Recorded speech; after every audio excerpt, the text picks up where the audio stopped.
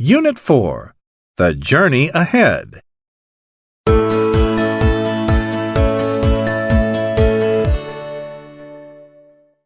Read about it.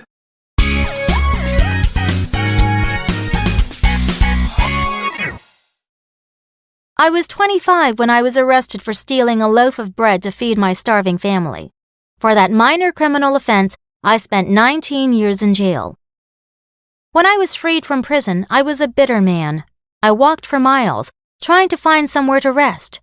By the time I reached Dean, the sun had already set and I was hungry and exhausted. I headed for an inn, seeking accommodations for the night.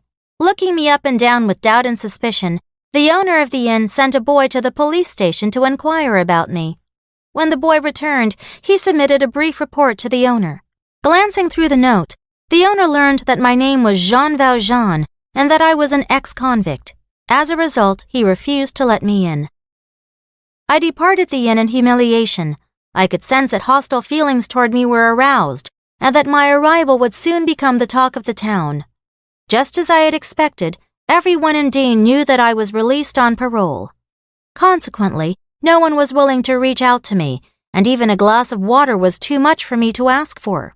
Cold and starving, I was left shivering in the dark. Stamping down the streets, I stopped near a bishop's palace.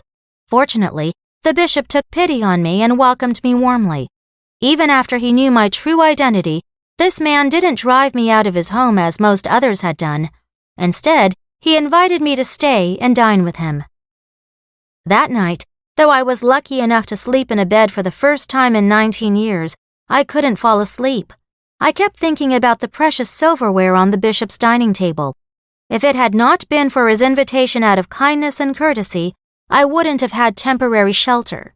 Yet, disturbed by the thought of how unfairly I had been treated over the past years, with only a slight hesitation, I got up, stole the silverware, and slipped away. However, I didn't get far. By the time it was dawn, the police had caught me and taken me back to the bishop. "I'm so delighted to see you again," the bishop said to me before I could speak. "You forgot to take the candlesticks." With my eyes nearly popping out of my head, I was stunned by his words. The bishop had not only shown mercy to me, but also gave his only belongings of value to me. After the police left, the bishop told me, "Everyone deserves a second chance. Promise me that you will use this silver to become an honest man." He continued solemnly, "Jean Valjean, my brother, you no longer belong to evil, but to good. It's your soul that I'm buying for you, and I give it to God." I left the bishop's house and drifted around the countryside. My thoughts were on my dark days in prison and on my wasted life. I was filled with anger and gloom. But as I sank into my misery, the bishop's words flashed through my mind. All at once, my thoughts of past events were somehow dismissed. The bishop's love and forgiveness had cast out my hatred for the world. From that moment on, I was truly free. I, Jean Valjean, became a changed man and never committed another crime.